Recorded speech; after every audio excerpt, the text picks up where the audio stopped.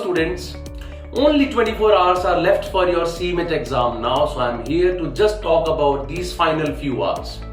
So what you should be doing in these final hours?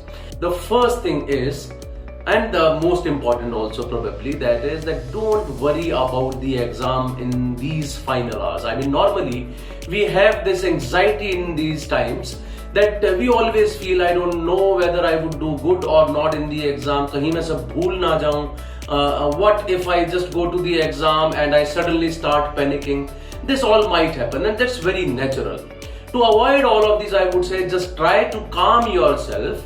Do anything that you like. जो आपको पसंद आता है, कोई movie देखना, कोई TV series देखना, hanging out with your friends or going anywhere that you like to go. So just do those things for today.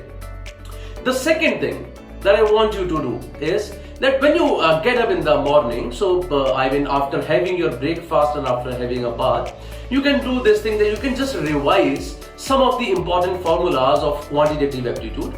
You can also revise some of the general knowledge, current affair things that probably you feel that okay, by revising once I might just get a hold of them.